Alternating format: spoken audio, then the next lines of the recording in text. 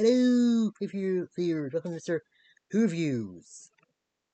Today, I'm in My Hero Academia, history's greatest villain. And in this, Deku and Shigaraki continue their fight, but the episode does begin with a flashback showing the heroes strategizing for the second war, and Best Genius saying the most difficult part is dealing with Shigaraki's personality, because he's thinking that if he does win, he'll probably use his decay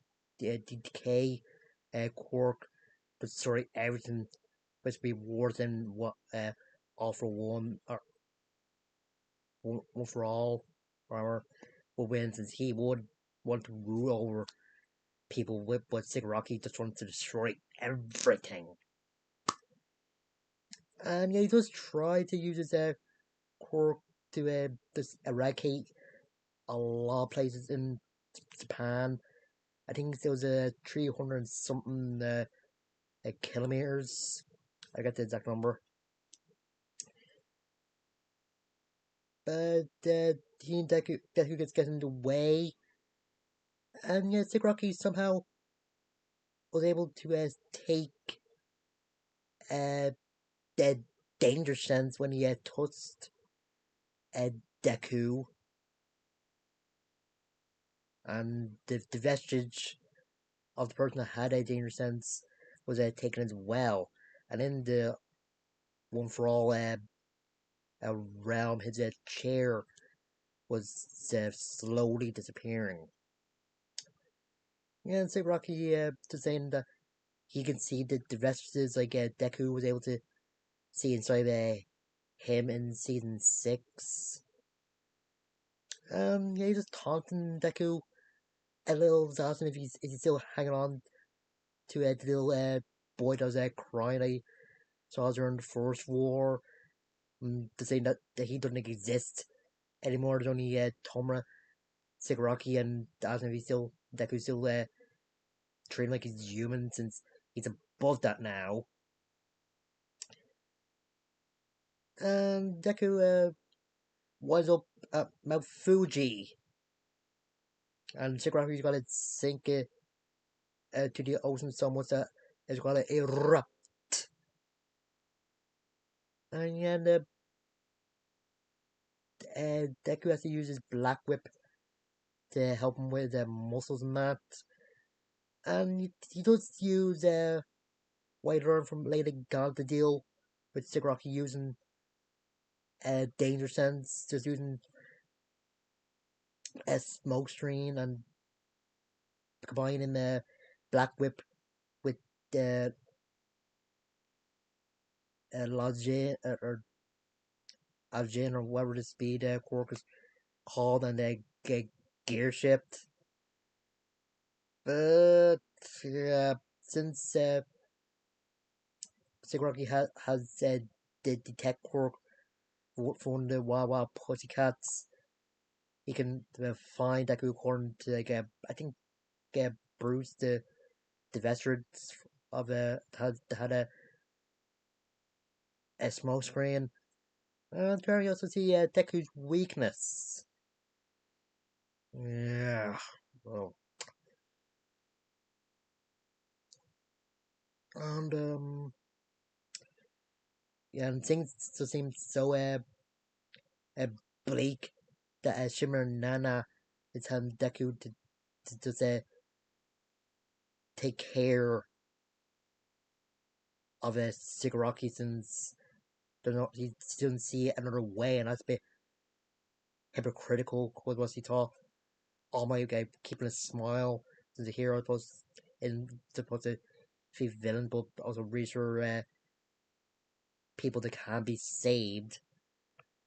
Yeah, Deku refuses what Nana wanted to do, and this episode reveals why Kudo was against Deku. It hurt him one for all, because he couldn't really understand why Deku wanted to save his adversaries, but as time went on, Kudo did understand why, because Deku actually cared about people and still saw him as a human rather than just like a monster or anything. And Kudo just saw that as Deku's way of not giving up on people. And the he and all my or all my vestures that was see inside Shigaraki, and yeah, throughout this thing inside that's supposed to be a representative of his hate and other things that look like a dark mask. Yeah, it turns out there's a crack in it that was caused by Stars and Strife when her quirk was taken, and it's just sort of inside of Shigaraki, or at least the embers of her quirk did, and yeah, Shigaraki is just confused, just thinking that Stars and Strife is just haunting him, and Kudo gets the idea and tells an idea and gets Deku, or tries to tell Deku to let go of One for All. And Deku don't really understand, and Kudo just tell him what he and all my veterans, I don't know what's right, saw, and yeah, a lot of the other veterans a little worried, even uh, Bruce, the one with the Lajin, and the one with the smoke screen.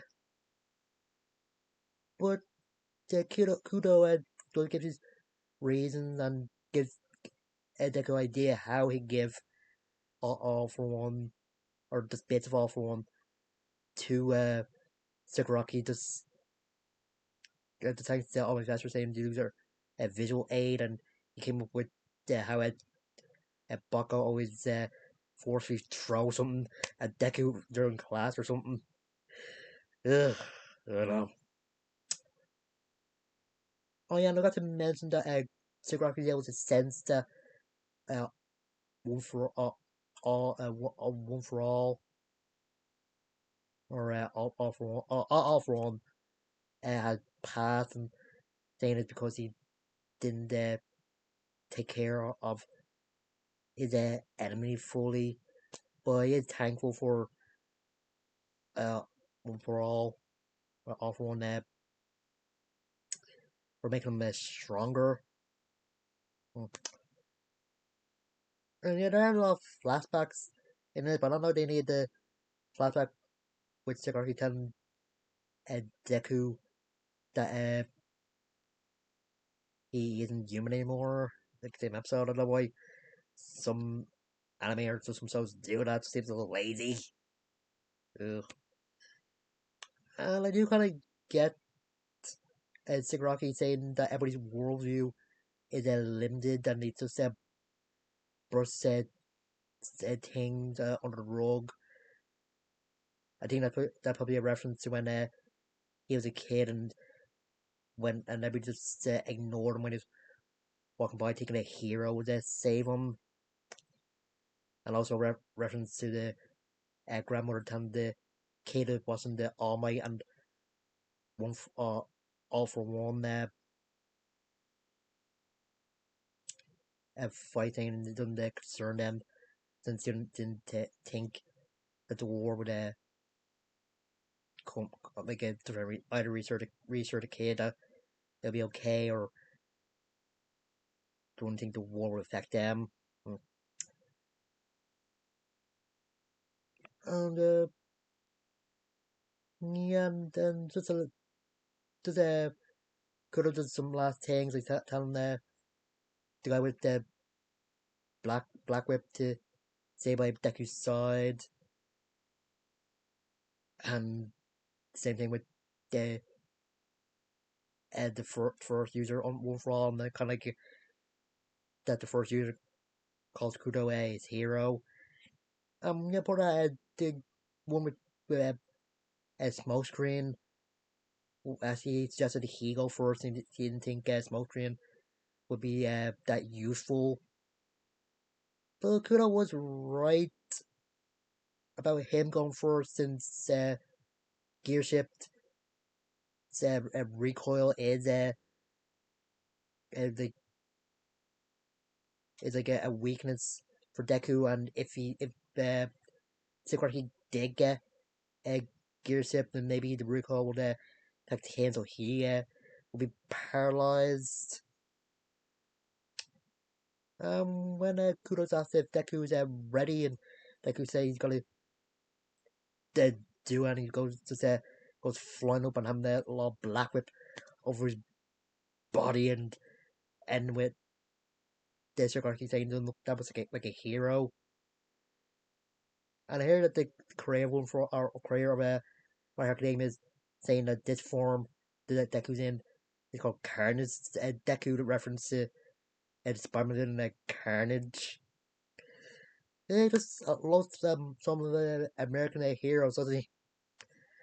Yeah, I think this is a good episode, and it's just very emotional.